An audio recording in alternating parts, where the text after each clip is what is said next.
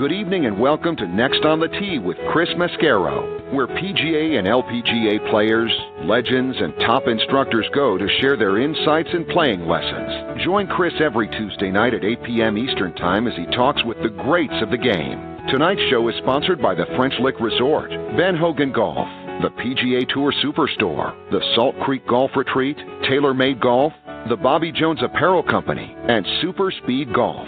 Now here's your host, Chris Mascaro.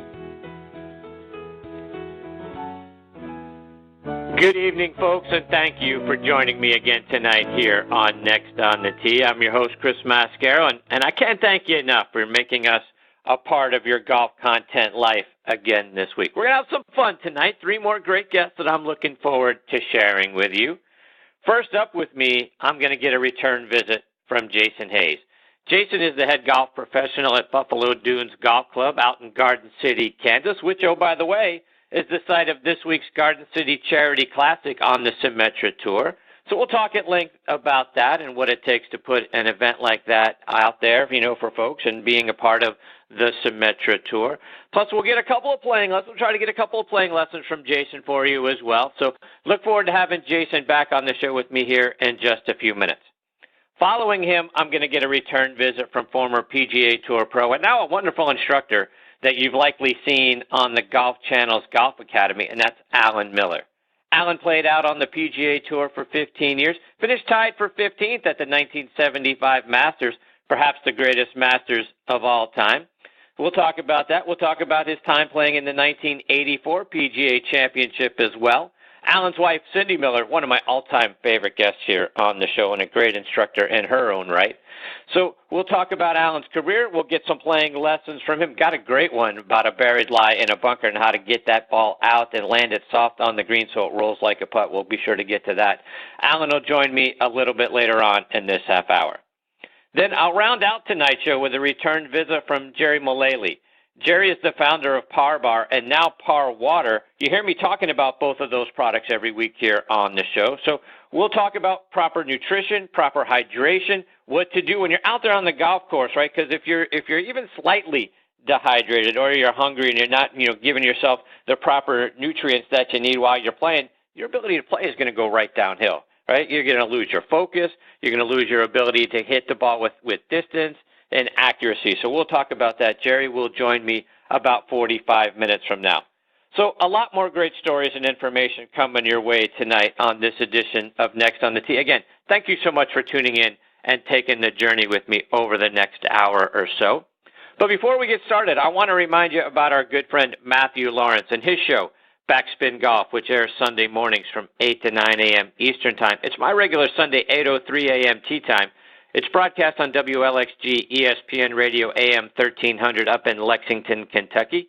You can stream it live by going online to WLXG.com or do what I did, which is download the WLXG app. Matthew does such a great job, and it's a wonderful way to kickstart your Sunday mornings. His equally fantastic twin brother, Mitchell, also has a great golf show that marries golf and travel. It's called Talking Golf Getaways, which you can find online at golfnewsnet.com or over on Audio Boom or really anywhere you consume your podcast. He and his co-host Darren Bunch travel all over the world and let you know about great places to play, stay, and even eat while you're there. Again, it's called Talking Golf Getaways, and you can stream it online at golfnewsnet.com or over on Audio Boom. And folks, as you know, we are sponsored by the French Lick Resort. Let's hear a word from Steve Rondinero about the things they've got going on up there. Play legendary golf at French Lick Resort, the only place in the country where you can play courses by 2 Hall of Fame designers on the same property. Our Pete Dye and Donald Ross courses offer 2 very different challenges. Experience them both and save with our Hall of Fame package. Our 2 historic hotels are unique as well. Cap it off with a fun visit to the French Lick Casino. Check us out online at FrenchLick.com. Bring a group and save even more. Play legendary golf this season at French Lick Resort. Yeah, be sure to go online to check them out at FrenchLick.com to see for yourself what a fantastic place it is and to book your stay as well. Also want to give a shout out to our friends at the Ben Hogan Golf Equipment Company. And folks, if you haven't hit Ben Hogan irons since the 80s or 90s, get yourself a demo iron of either their Fort Worth, PTX, or new Edge irons and go out on the range and compare them to whatever you have. All Ben Hogan irons and wedges are handcrafted one at a time in their Fort Worth, Texas factory. No mass production, no shortcuts. You can now order custom-made irons, wedges, and hybrids at benhogangolf.com. They'll build the clubs to your specifications, and best of all, charge you a fraction of the typical retail price. Check out their complete line of forged irons, wedges, utility irons, hybrids, bags, and accessories, again, at benhogangolf.com. We're also proud to be partnering with Russ Holden and the folks at Caddy for a Cure. And one of the most unique opportunities in the world of professional golf is available to you through Caddy for a Cure. Spend a day inside the ropes with one of the world's best players as their caddy. It's a fantastic way to have the time of your life while supporting our wounded service members and Fanconi anemia. You're going to get to walk side by side with your tour player experiencing professional golf as an insider. In addition to the amazing experience you're going to have, you're going to get a fantastic gift package from Caddy for a Cure, which includes Under Armour logoed apparel and an eyewear package, a tour-grade caddy bib suitable for autographs and framing, a tin cup ball marking gift, chef's cut real jerky, and a professional photograph from your day. They've got spots open right now that you can bid on to be the caddy for Rory McIlroy, Brooks Koepka, Justin Thomas, Jordan Spieth, Jason Day, Justin Rose, and several others. Go online to Caddy for a Cure, which is spelled CADDYFORACURE, so caddyforacure.com to learn more. All right, now back with me on the French Lick Resort guest line is Jason Hase. Let me remind you about Jason's background. He's from Tucumcari, New Mexico. He attended the New Mexico Military Institute in Roswell, New Mexico, and yes, that Roswell, New Mexico. Earned his certification as a PGA professional from the PGA of America back in 1998. He's been the vice president of the North Texas PGA section since 2016. He also served as the president of the Northern Texas PGA West chapter in 2012 and 13. Jason's been recognized with several awards. Just a few of them are: he's won the Bill Strasbaugh Award, which is for the top honor given by the Northern Texas PGA West Texas chapter. He won that award in 2005, 7, 8, and 16. He was the chapter's Golf Professional of the Year in 2011, 12, and 13, and Teacher of the Year in 2009 and 2010. He was the Manager of the Year in 1998 for Four Star Golf Corporation while at Scott Park, and he won the Northern Texas PGA Western Championship in 2010. He helped start up and coach the golf program at Angelo State University, which was a Division II, or is a Division II school, and he helped get that program to national prominence in only their second year of existence. He's been the director of golf at clubs like Fairway Oaks Country Club, San Angelo Country Club, and last October he moved over to Buffalo Dunes Golf Course in Garden City, Kansas. And I'm honored to have Jason back with me again tonight here on Next on the Tee. Hey, Jason, thanks for coming back on the show. Chris, thanks for having me again. It's been a great season, and it's been fun to listen to the show and keep up with it every week. So again, thanks for having me. Jason, you've got this week's Symetra Tour tournament there at Buffalo Dunes. How are things going in preparation for the tournament? It has been kind of a full court press the last week or so. We've had some weather, some rain, but everything. The golf course is in fantastic shape. Our golf course superintendent Clay Payne and his staff have just been working their tails off.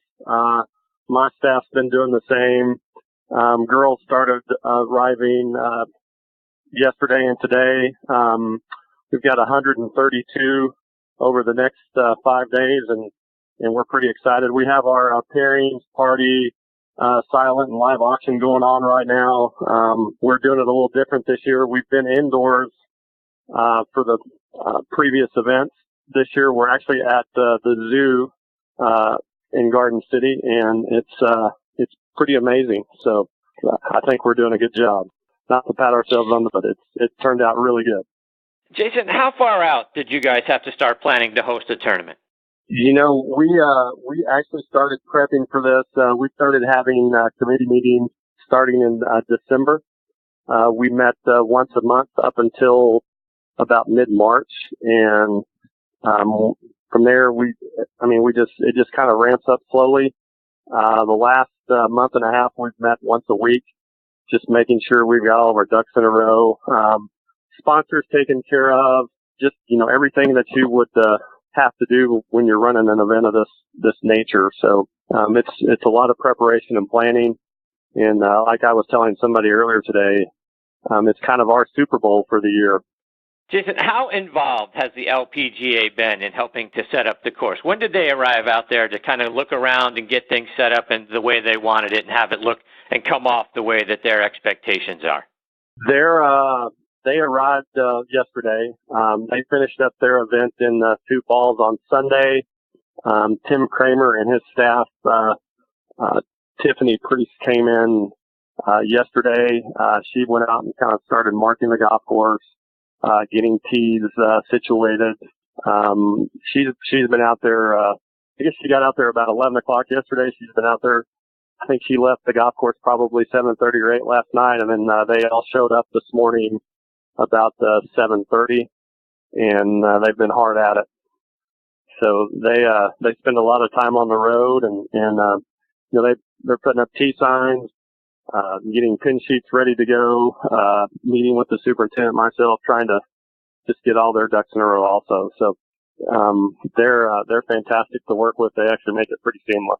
How much different will the course play now versus how it normally plays? The golf course is going to play actually probably a little bit longer than it normally does. Typically this time of year we're a little drier, but we've had a lot of rain, kind of southwest Kansas, central Kansas.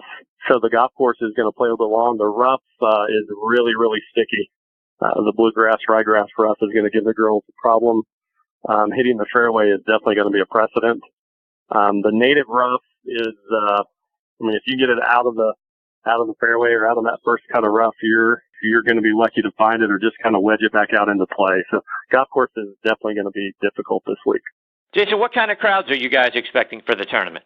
Well, hopefully we'll have 1,000 people a day.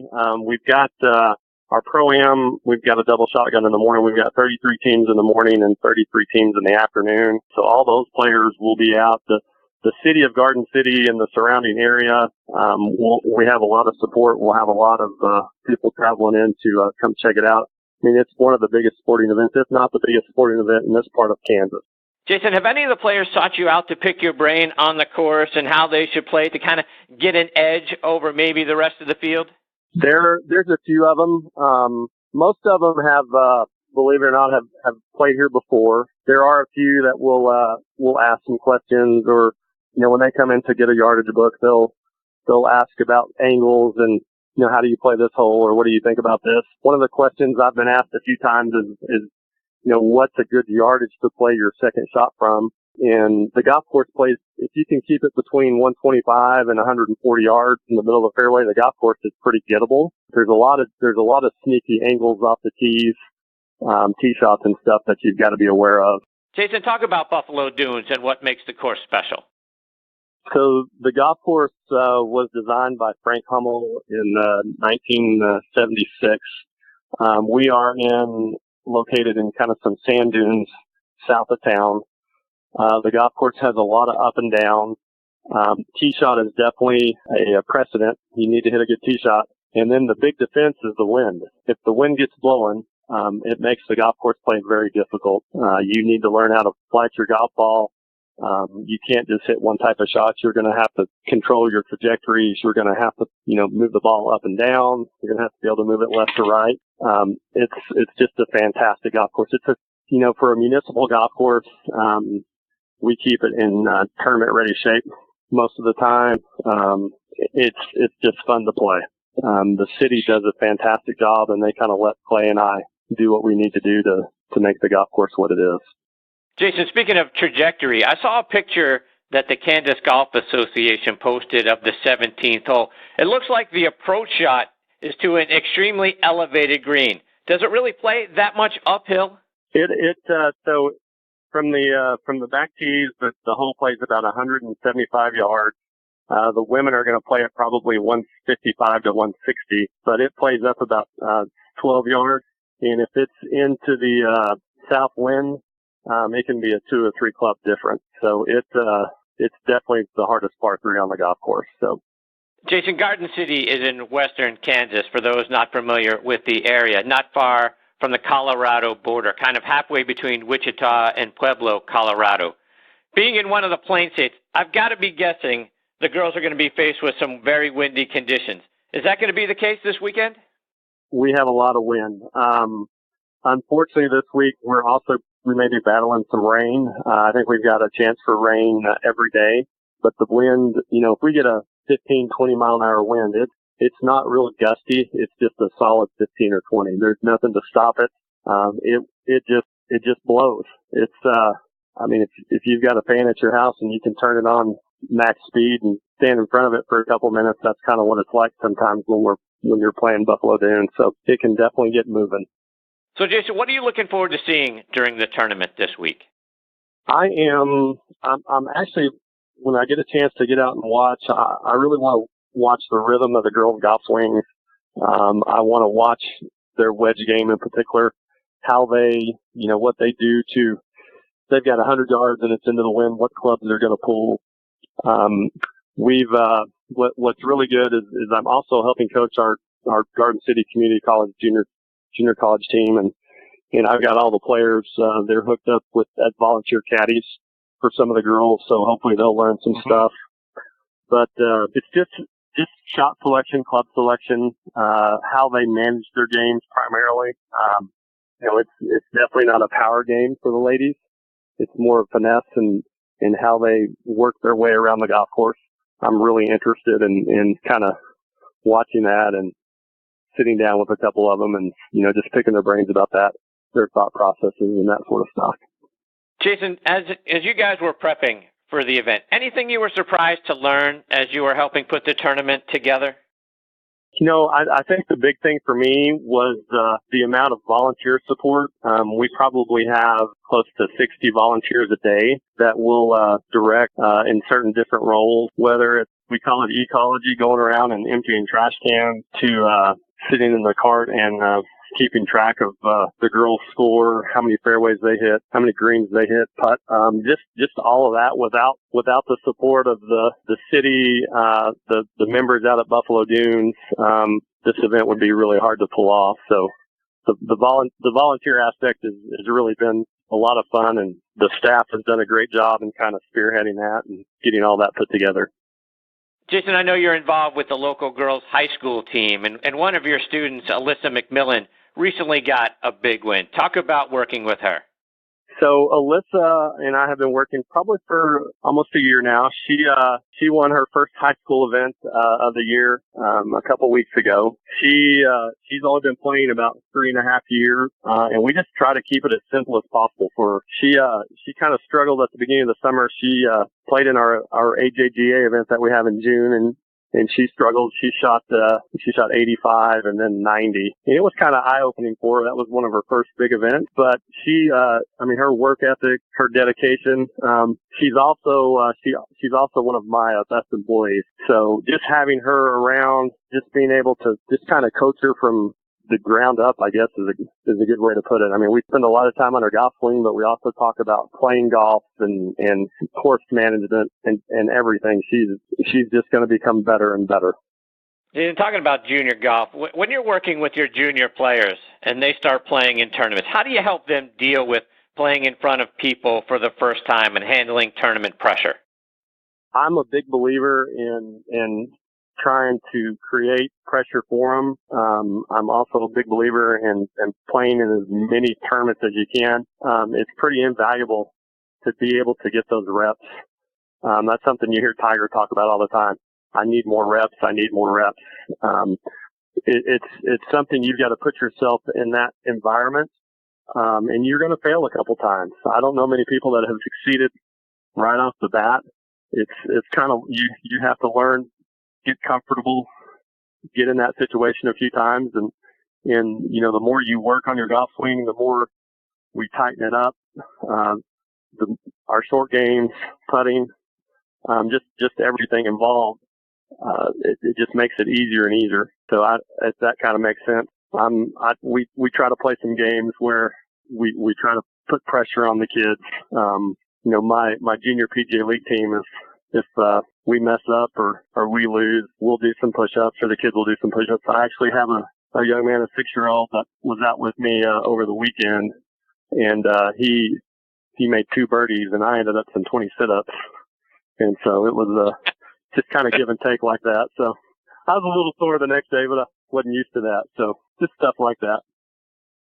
Jason, I saw that earlier this summer you had Ralph Terry, Yankees legendary pitcher, there at Buffalo Dunes. He's near and dear to those of us from Pittsburgh and my parents' generation, having given up the home run to Bill Mazeroski in the bottom of the ninth of Game 7 of the 1960 World Series when the Pirates beat the Yankees. But he came back and won the MVP in the 1962 World Series. Do you see him out at Buffalo Dunes often? So I met Ralph when I was down at San Angelo Country Club with a gentleman named Sean Thayer. Sean is the president of the Kansas Golf Association the next couple of years, and he introduced me to Ralph. And Ralph and I just become really good friends. He is an amazing, amazing individual. He's got some really, really good stories. Sean and I were talking about him the other day. One of the people that really kind of helped transform Ralph's game was a guy named Mac O'Grady, who you don't hear about a whole lot anymore. And just listening to Ralph talk about, he was one of my favorite stories is Ralph was standing on the driving range, I think at the LA Open back in the early 80s, and he was watching Jack Nicklaus hit tee shots, and all Nicklaus was doing was trying to hit fade, aim left, and just hit it back to the middle of the driving range. And Ralph went over and talked to him, and Nicklaus just said, "It's easier from the middle of the fairway, so I'm just going to hit fades all week." And that kind of stuck with Ralph. And I mean, he was a fantastic player. Like you said, only got to win Game 7 and lose Game 7 of the World Series. He's just fantastic. He's been a mentor and a good friend for me. So. And he's a great golfer, right? He won the 1980 Midwest PGA Championship. He qualified for 4 PGA Tour events in 1981 and 82. Played on the Senior Tour, right, into mid to late 80s. Finished 10th at the Showdown Classic in 89. He was a heck of a player. He can still play. What's funny is he'll come and play, and we'll go load his clubs up for him, and you'll open his truck, and there's probably every type of golf club you could ever imagine from 1975 on. Wilson Fat Shafts to Ping G400 irons to a PXG hybrid. So he is definitely a tinkerer. Jason, let our listeners know, how can they follow you both online and over social media as well? They can follow me on Instagram, Twitter, or Facebook. Post a lot of stuff about junior golf, a lot of stuff about the golf swing, students we're working with. I mean, my philosophy is keep it simple and we're going to have fun. How can people find you on Twitter? Twitter is J Hase PGA. Well, Jason, it's been great having you as part of the show again tonight. I hope you'll come back and join me again soon. Give us an update. Let us know how the tournament went. It's really been fun having you back on the show tonight. Absolutely. One thing I didn't get to mention, Chris, is the charity for the Charity Classic this year. We've got our main sponsor is called Mariah Fund, and they take care of tourism and do some different stuff in a 22 county area in southwest Kansas.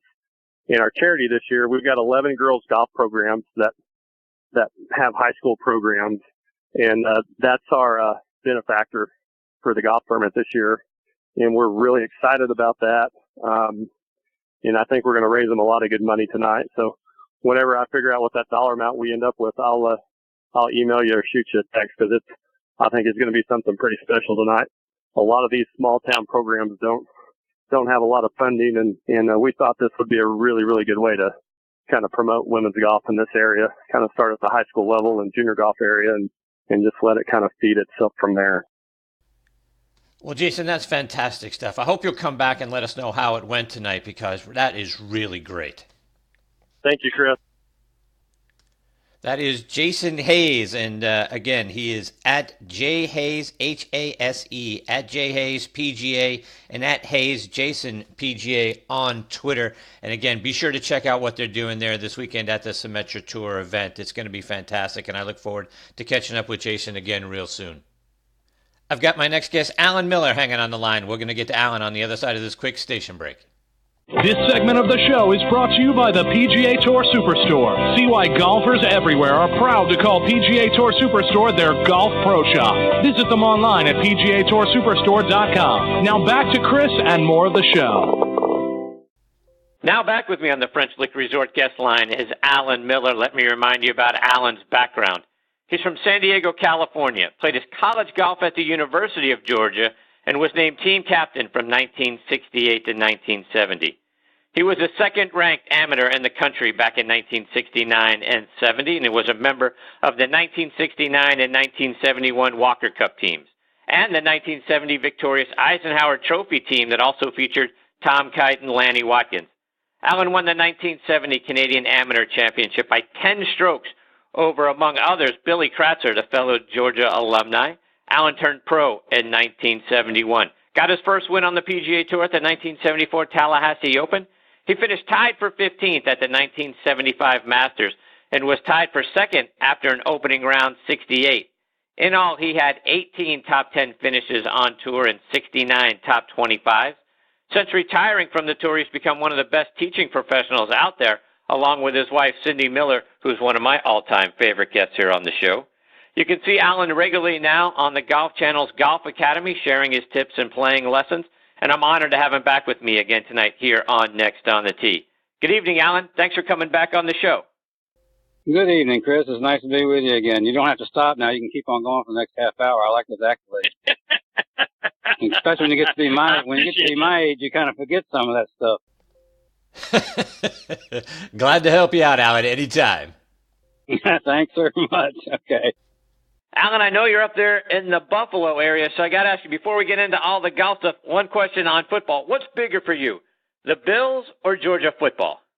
Well, because I'm in Buffalo, we don't get that much Georgia football. I try to keep up with as best I can on the TV stations that we do get up here, but obviously the Bills is a big talk right now because they come back last year to get in the playoffs finally after so many years. And when I first came up here, they stunk. And about 3 or 4 years later, they went to the Super Bowl. So we're kind of hoping that can happen again for them. But I keep up with both of them. I'm not the hugest football fan. That's a good word, but I do keep up with the best I can. If you didn't pull for Buffalo up here, they'd run you out of town anyway. No doubt. Okay, Al, let's talk a little golf now, and we're a few months away from a whole slew of rules changes going into effect in January. Any of those changes that you say to yourself, you know what, it's about time? No doubt. They would. Yeah. So let's talk a little golf. And Alan, we're a few months away from a whole slew of rules changes going into effect in January. Any of those changes that are coming up that you've said to yourself, you know what, it's about time they changed this rule? Well, it's funny. I don't know a lot of the changes yet because we have a lot of kids that are still playing under the old rules, and we've been teaching them the rules they have to play with till the end of the year.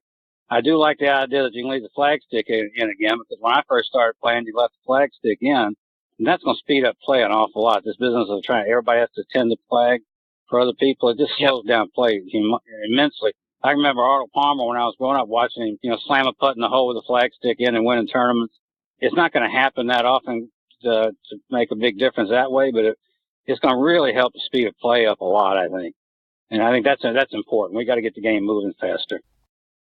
Alan, what about the ability to repair spike marks? How many times were your putts on tour impacted by a spike mark that you couldn't repair?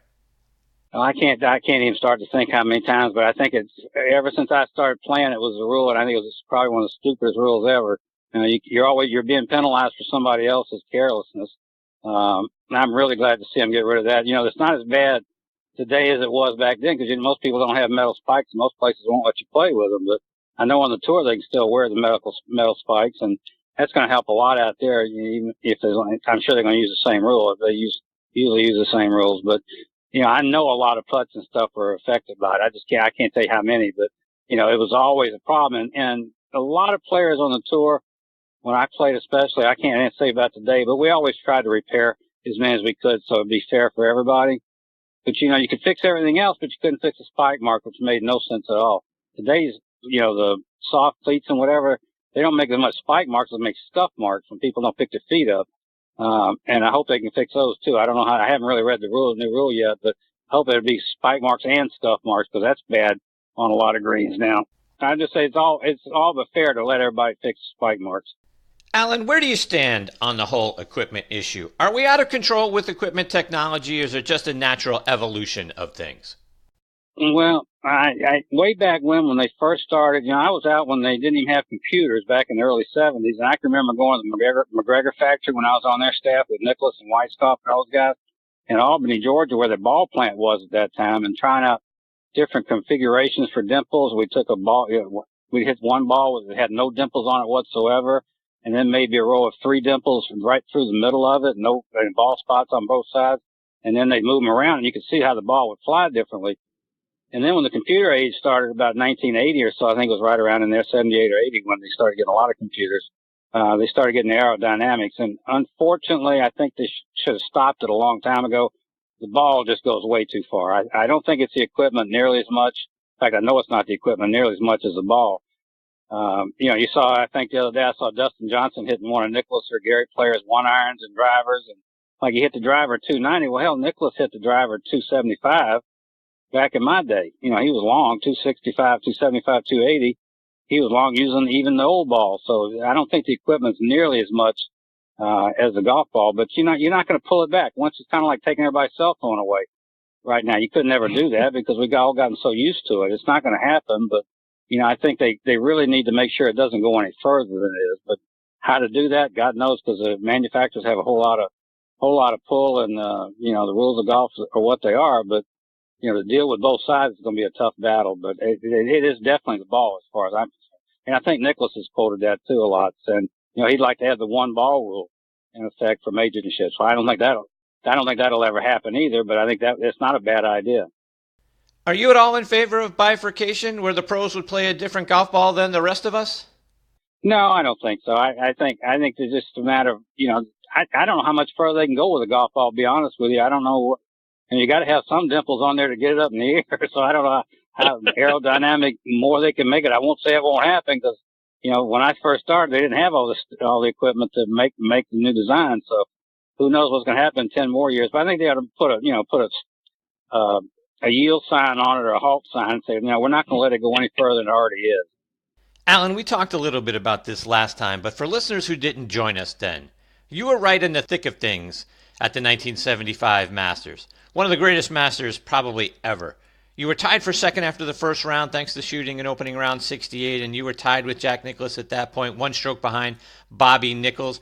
You would go on to shoot 75, 72, 73, finish at even par, tied for 15th. What do you remember about that tournament? Well, I remember the weather wasn't too good the first day, and I played good the first day, and I think I was out fairly early, so I had an early lead, or I was leading early, and then, of course, it went by to be in second place. But, it's a great memory now, looking back at it. The one biggest highlight of the whole thing was when I made an eagle on 14 in the last round, because back then the top 24 got in the next year, and I was not, I was kind of struggling along, trying to hold my position. I was playing with Buddy Allen. And I got to the 14th hole, and the day before I'd hit it 1 inch from the hole out of the left rough, and the last day I was in the right rough just off the fairway, and I held it out. And it was like a 2 or 3 iron shot.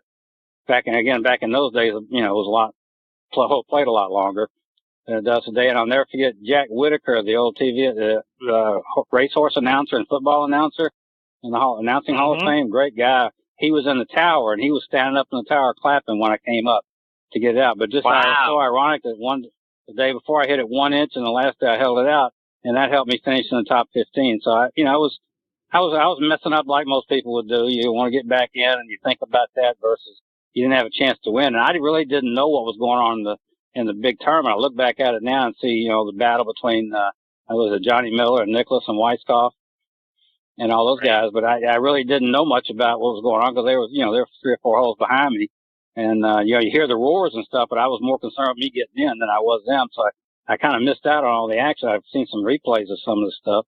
It was kind of funny because one of our high school coaches up here, and we've taught some of his kids over the years.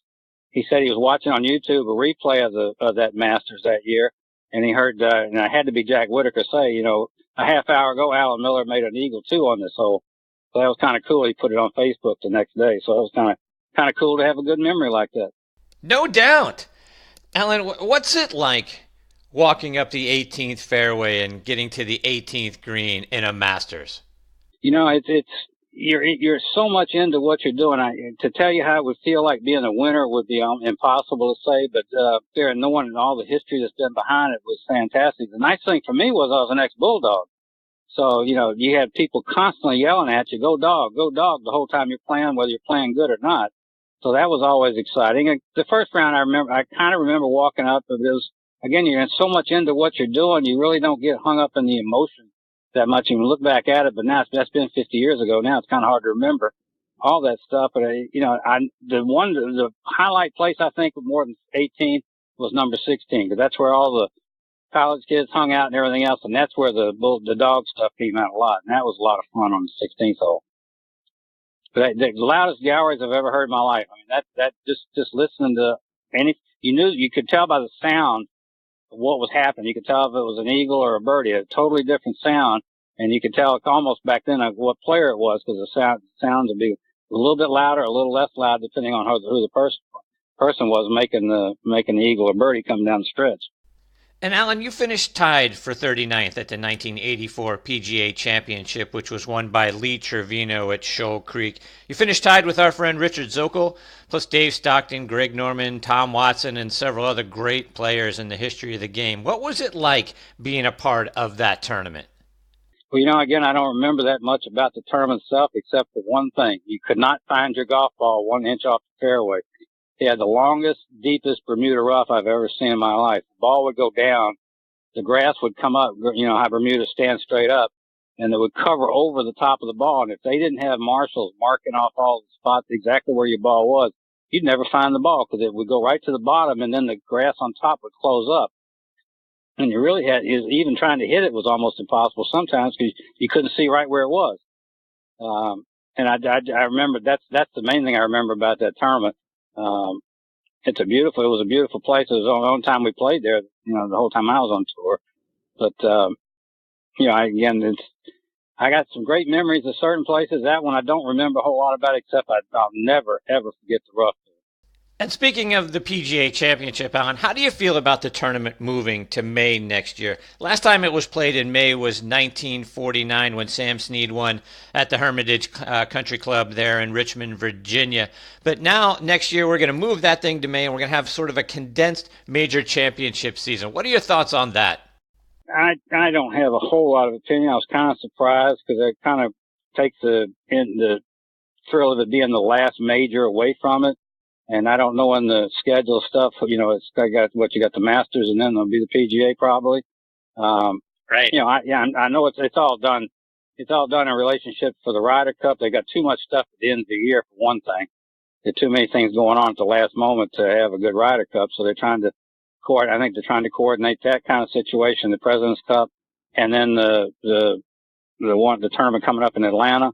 You can't have all that stuff real close together. And I think that's was kind of part of their decision. Let's spread it out a little bit, maybe towards the early part of the season. I think that's probably where their major decision came from. But, it's my television. I don't know how their ratings will probably be better.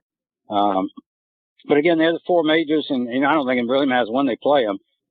They're still going to be great tournaments no matter what. And Alan, like I mentioned in your intro, you had 18 top 10 finishes on tour and 69 top 25s during the 1970s, which is one of the great decades in the game's history.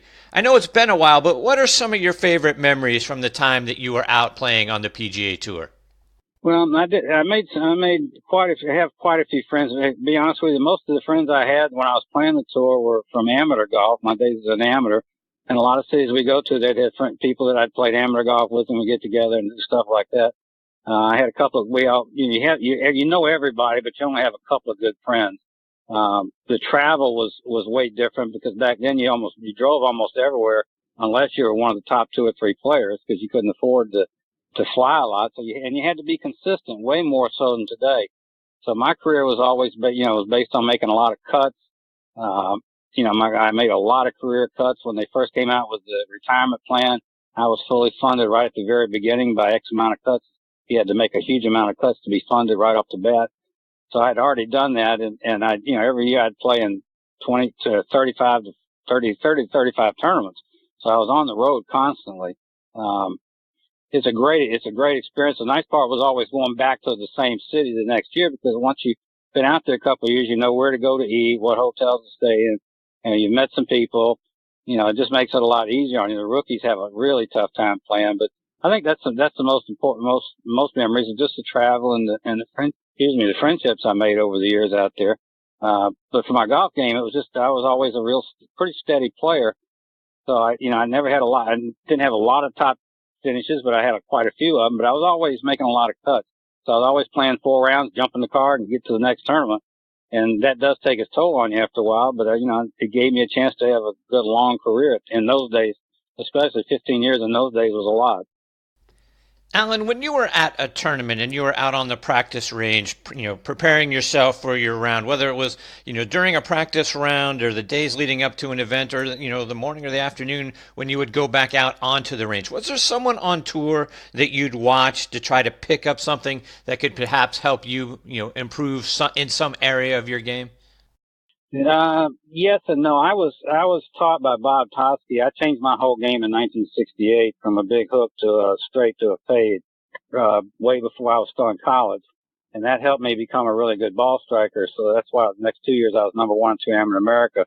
But what he believed in was basically from Ben Hogan through that series of type of teaching of that style of play. And of course, Jack Nicklaus was taught by Jack Rout.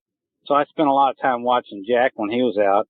I did have the fortune of, last year I was an amateur, I was invited by Bing Crosby to play in now they call it the AT&T, but it was a Bing Crosby tournament back then. And Bing personally invited me to play, and my partner was Lee Trevino. So I became fairly good friends with Lee, and I'd play a lot of practice rounds with him. And, I'll never forget the first time I ever met him was on the first tee at Pebble Beach in the first round of the tournament, because, out there you spread out, you don't play the practice, not necessarily your pro, and you might meet your pro the first round, and that's what I did. And we both drove off the first tee at Pebble Beach. He put his arm around me as we were walking down the fairway and said, "Partner, we're going to have a good time this week," because we hit the ball exactly the same way. And from that time on, we became good friends, and I would play a lot of practice rounds, and he'd give me tips or watch me, and if I was starting to hit it goofy, he'd help me on my swing a little bit or my game a little bit, and he showed me a couple of shots, we call them caddy shots back then, shots around the greens that I still teach. In fact, one of them's on the Golf Channel. It's called the chop shot, and I use it almost everywhere now, but he saw me struggling with that shot. I call those inside the rope shots, because people in the gallery would have no idea what we're doing up there with that kind of shot. So it's hard to explain how to do it, but it was something you've learned by having a player that's had the experience of maybe playing with one club all the time. So that was really important. So he would be the one I would watch. I always liked watching good swings, not necessarily that I would utilize what they did or whatever, but see the differences. I've always prided myself, and I can swing a golf club with almost any theory there is. I don't care if it's stack and tilt, which is, I've been out since I left the tour, or turn and rotate, or toss, keep your body still and release like I believe in, the way Nicklaus would play versus the way, say, Jordan Spieth today, which is a different technique. I can hit a golf ball good either way because I've done it both ways. So I always kind of like to watch other people do the things and see what could be an easier way to swing a golf club. And I was known as, even when I was an amateur, I had a lot of knowledge about the swing. And that was always fun for me. Cindy calls me a golf geek or a swing geek because I like to keep up. But I really don't try to experiment with stuff because I really believe in what I would believe in. But it's all what I was taught. It's nothing that I came up. It's a big deal. And I heard you mention Tiger at the end of the show, the last guest, and I really didn't hear what was being said much about it. But, he's swinging more like he did when he was with Butch Harmon now than he has in the last 15 years. As if he could ever put his driver swing into the same swing he does with his irons, and I could tell him what to do, but he's not going to listen to me, and that's okay. I don't really care. But if he ever, he's finally going back to what his roots were, got him to be really, really a good ball striker, which he was in the, very late 60s or in 90s and early 2000s. So it's nice to see somebody that's finally put his brain and body together, not just physically, but golf swing wise, to say, this is probably an easier way to play than what I've been trying to do. Alan, before I let you go, got to get a tip from you, and I saw one that you did on Golf Academy for getting out of a buried lie in a bunker and having the ball land soft and roll out like a putt. Do you mind sharing that one with us? Not at all. In fact, that was on just on Facebook and Twitter yesterday, I think, or day before yesterday. It's a shot that I learned, I did with Martin Hall on the Golf Channel, and it was a shot I learned on the 18th green bunker at the Masters. The first year I played in the Masters. If everybody remembers the 18th hole, you got, I think there used to be 2 bunkers. I think it says one big one now. But anyway, it was a bunker it was a bunker right before the big upslope, so it's a bunker catches a lot of shots if they bail out to the right. And it's a very difficult shot. It's the one that Arnold Palmer blasted it over the green and lost the Masters, making double bogey quite a few years before that. And I was messing around trying to figure out a way to hit a shot. Gary Cowan, the ex-U.S. amateur champion, we were playing a practice round. He said, I got a shot I'm going to show you over here. So he tells me we go over in that bunker, and what you do is you put your feet, and people have to go on the internet to try to find it on the Golf Channel. It's on the Golf Channel, golfchannelacademy.com. And if they Google my name, they'll find it. But you aim your body feet 45 degrees to the right of where the target is. So imagine a line through the ball to the hole where you want, or wherever you want to hit it to. And you turn your feet 45 degrees, but you point the club face on the line that's pointed to the hole. So the club face is going to look really shut to you when you set up to it because you've got your body 45 degrees right. And this shot, you don't use any wrist, and I'm a wristy person, so it takes a lot of willpower not to break my wrist. But I use what I call an underslung motion, but I try to swing the club, I do, on the line that I imagine towards the hole, not where my feet are. So it's kind of like it goes out away from you and comes across you a little bit, but you just let the club fall in the sand about an inch before the ball. And what it does is the club, because the way you set it up, the leading edge is going to go on the club. Some people tell you to chop it out, and that works, but it takes off when it hits the green. It runs like crazy. This shot gets so much sand between the face of the club and the ball just kind of rides out really slowly on a bed of sand. It comes out a little low, so you got to make sure you got room. But when it hits the ground, it starts rolling like a putt. It comes out really, really soft, and you get good at it. You can start holding some buried bunker shots out, and instead of worrying about keeping it on the green, you can start getting them really close. And it's a shot that I would not have come up with my own. Gary taught it to me, and I've used it ever since. And that's a shot I did on the Golf Channel when we were down there last summer. That's a great tip, and I'm going to be putting that one into play. So thank you very much for sharing that, Alan. It really works.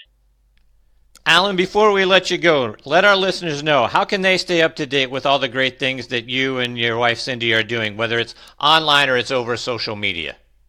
Well, you can, all three of my names it's either at Alan Miller Golf or Alan Miller Golf on Facebook. I have a page they can like, or I think Twitter is at Alan Miller Golf. Instagram is whatever they do on Instagram, but it's Alan Miller Golf. Everything's Alan Miller Golf. Makes it easy. And then we have a website, www.alanmillergolf.com. And Cindy also has, and she's the same way. She has Cindy Miller Golf, cindymillergolf.com, or Cindy Miller Inc. She's using a lot now, inc.com. And if you ever get to Buffalo, just look us up. We'd love to have say hello to everybody. Alan, so much more I'd like to get into with you. I hope you'll come back again real soon because you are such a pleasure to have as part of the show. Chris, I would love to be with you anytime. Just give me a call. All right, Alan, give my best to Cindy, and I really appreciate your time tonight. I'll certainly do it. Have a good evening, bud. That is the great Alan Miller. And folks, I'm telling you, look them up. Alan Miller Golf and Cindy Miller Golf. They're both doing great things up in the Buffalo area, both on and off the golf course. And they're, like I say, they're great instructors and even better people. All right, I've got my next guest, Gerry Mullally, hanging on the line. I'm going to get to Gerry on the other side of this quick station break. You're listening to Next on the Tee, heard around the world on great sites like TuneIn and Podbean. Hear your favorite PGA and LPGA legends, pros and top instructors sharing their stories, insights and tips to lower your scores every week here on Next on the Tee. Now, back to you, Chris. Now back with me on the French Lick Resort guest line is Gerry Mullally. Gerry is the founder of Advanced Golf Nutrition, the makers of Power Bar, which you've heard me talking about here on Next on the Tee for years now. It's an all-natural energy bar that can help us stay energized and focused during our rounds of golf. He recently added Power Water to keep us hydrated out on the course as well. Both are a constant in my golf bag. Gerry graduated with his degree in food science from Queen's University in Belfast, got his postgraduate degree in international marketing and languages from Birminghamshire New University, and I'm honored to have Gerry back with me again tonight here on Next on the Tee. Hey, Gerry, thanks for coming back on the show. Nice to be here, Chris. So, Gerry, for the folks who weren't with us last time you joined me, take us back to the beginning and why you created Power Bar. Well, as you know, I'm a food chemist by background, and I'd always had my own ways of staying energized on the golf course. And 3 years or so ago, I started Advanced Golf Nutrition to make golf nutrition products that were specific to golf. Now, the energy profile that you require in golf is very different to other sports. You want an even, constant energy throughout the round. And using nutrition science, we know that by forming a matrix of proteins, fuel release carbs, and fiber, that we can make a product that will neither elevate or your energy levels, but will maintain them throughout the round. And so we developed Power Bar. We first came out with one bar, which was a peanut butter flavored bar. And through the course of the first year, we did a lot of work with junior golfers, and we became aware of the surprisingly high levels of young kids that had nut allergies. So we introduced a nut-free bar the following year. And I'm glad to say we now sell those products to about 300 clubs, mostly around the Northeast and a little bit in the Florida market. But we're slowly getting the word out to golfers that there is a product there that's designed for golf and specifically for golf. And you do need to keep your energy levels up, but you need to keep them at the right levels. And Power Bar does that. So we have players on most tours use the product. We are not a company that has the financial resources to have sponsorship arrangements. So they have found us and they like our product, and we are more than happy to supply them product in return for them spreading the word. So that was the first product that we got into. But the goal of our business is to bring better nutrition to golf and make golfers understand that nutrition has a very important role in golf, particularly for competitive golfers. If you lose energy or focus on the course, it doesn't matter how good your swing is, how good your mechanics, how hard you've been practicing, your scores will go in the wrong direction. And it's a simple fix, and it's one that all golfers, particularly competitive golfers, need to be paying attention to. So, Gerry, to your point, when my buddies are sitting down at breakfast and eating pancakes or a sausage and egg biscuit or stopping at the turn for a hot dog or a candy bar, what kind of advantages will I have or will our listeners have when they choose a Power Bar instead?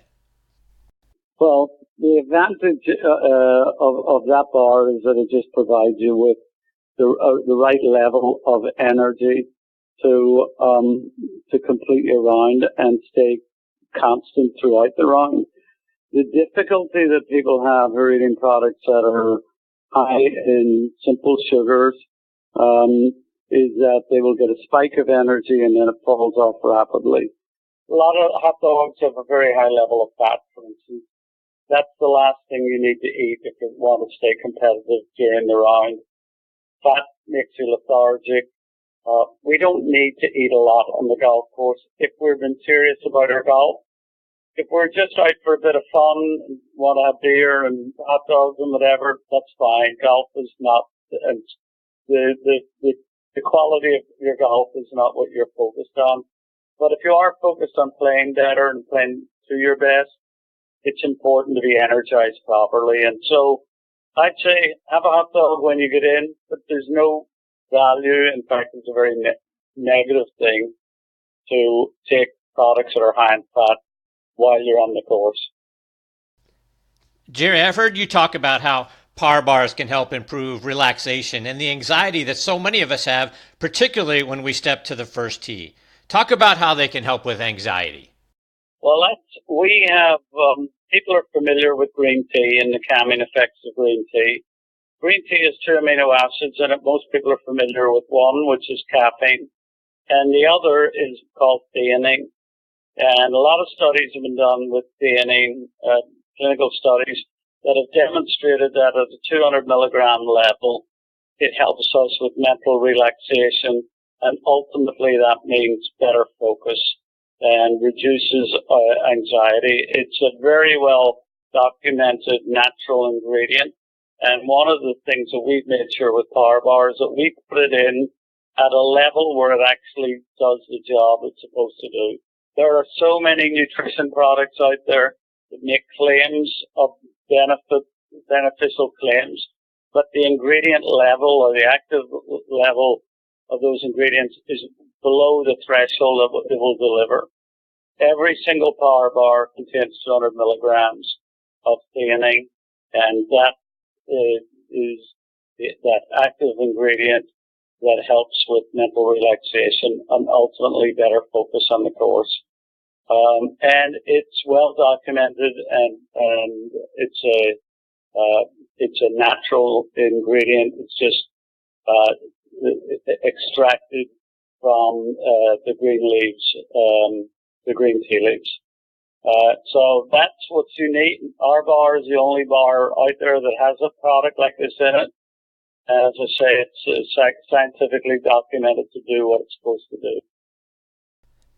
So, Gerry, let's talk hydration. You've now added Par Water to your lineup. Talk about what Par Water is. Hydration is a huge issue, not just in golf, but in life generally. 80 to 90% of people are mildly dehydrated all the time. It affects every aspect of performance in their life. We know that, our bodies are 70% water, our brains are 85% water, our cells require water to survive. We need to have regular intake of fluid to maintain a properly hydrated body. And most people are under the impression that water is sufficient. But water, if you're sweating at all through exercise or hot or warm weather conditions, you need to replace those vital electrolytes. So we introduced Power Water this year in it's a completely natural product, in two flavors, and we're only focused on improving your hydration and providing optimum hydration. We're not trying to do half a dozen other things. Our products are solely for hydration. The unique thing about our Power Water product is, and I believe you've tried it and seen it, Chris, the electrolyte powder is housed in the top of a cap that will fit on any water bottle. And it just snaps onto the water bottle. You press it, and it disperses the electrolyte mix immediately into the water and converts your water into an electrolyte drink. And it's measured with the optimum ratios of electrolyte salts. So you don't have to worry. You're going to be getting the right levels to stay hydrated throughout the round. Now, in the Northeast this year, and I know across the country, we've had a very hot, humid weather. And I call it a 3-cap day when I go to play a round of golf. 3 16-ounce bottles of water with that converted into electrolyte drink with our cap to stay fully hydrated. And this product has been extremely well received, not just at golf, but also with kids soccer and tennis for a number of reasons. One, it tastes good. 2, it's only got 1 gram of a slow-release glucose in it, so it's extremely low in sugar. And most people are familiar with things like Gatorade. We have 1 gram of sugar in our product. They have 34 grams of sugar.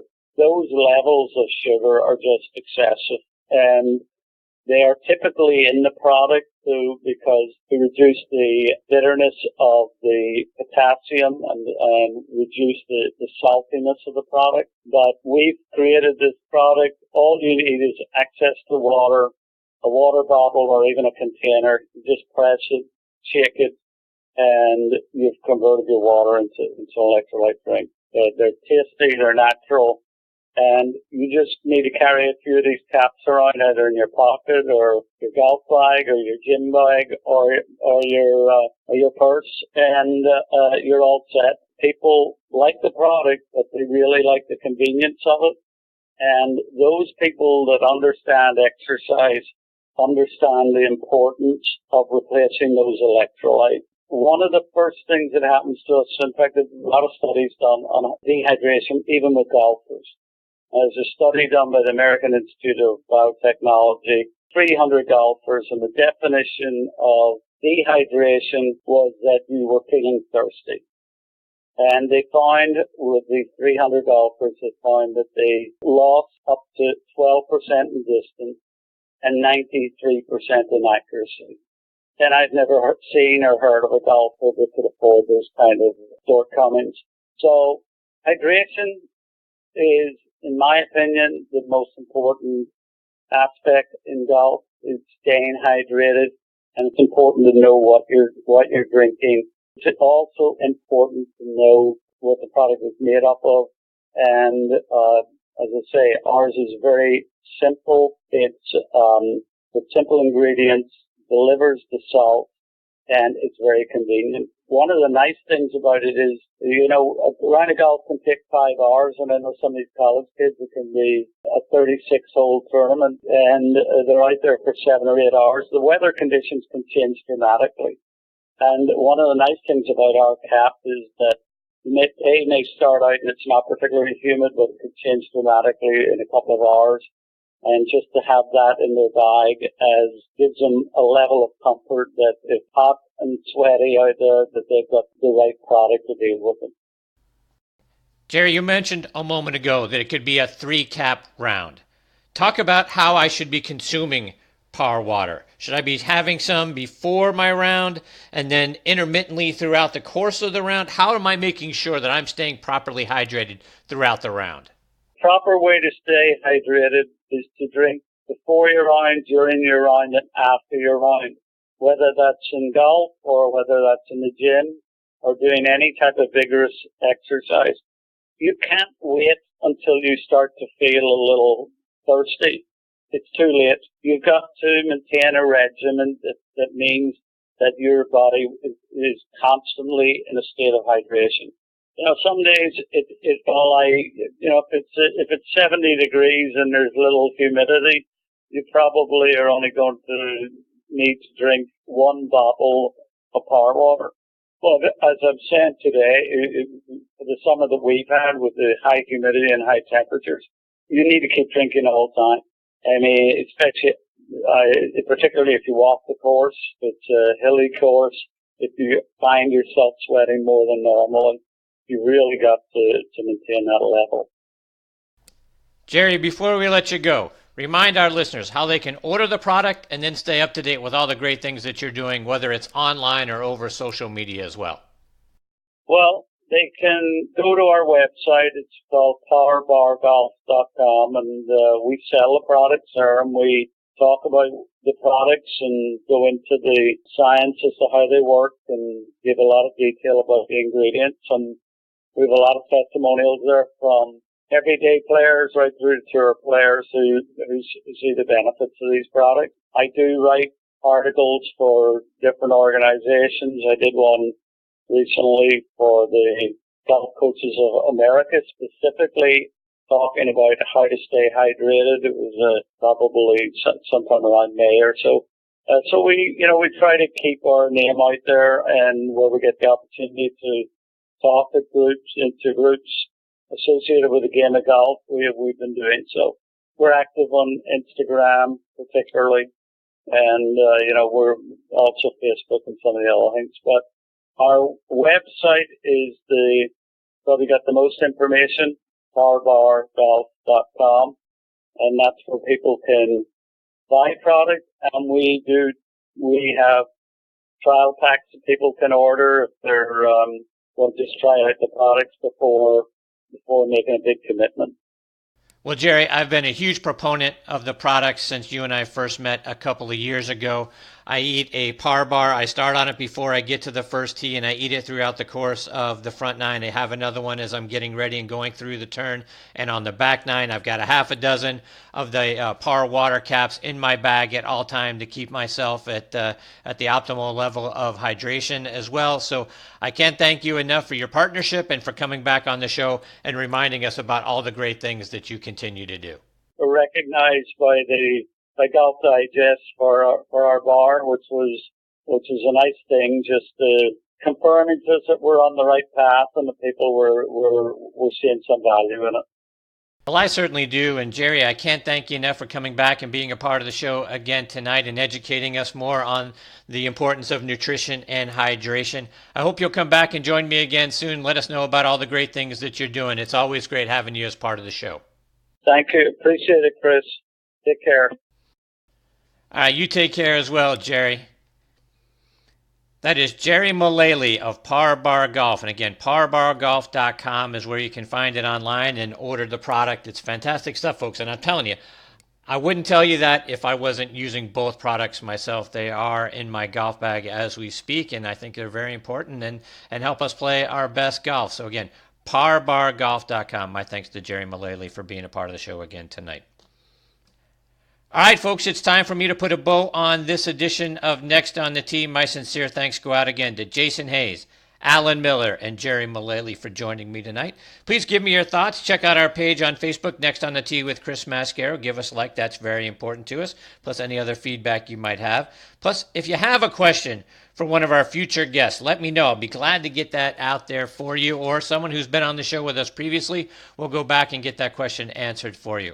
Check us out online at nextonthetee.net. That's where you'll see who some of our future guests are going to be, or those that have joined us. Please also check out our sister show on the football side, Thursday Night Tailgate, with me and my co-host Bob Lazzari, our announcer Joe Lajanusa as well. That show airs live every Thursday nights from 8 to 10 p.m. Eastern Time on Blog Talk Radio, and that show, like this one, also available as a free podcast both on iHeartRadio and our good friends over on Podbean.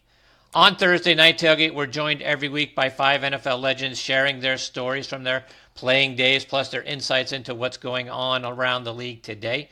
We also highlight 2 players doing great things in their communities in our Spotlight on the Positive segment.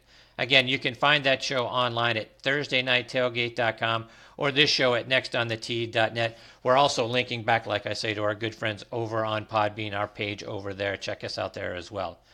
Folks, thank you again for choosing to listen to this show tonight. We really appreciate the fact that you're doing it. Until next week, hit 'em straight, my friends.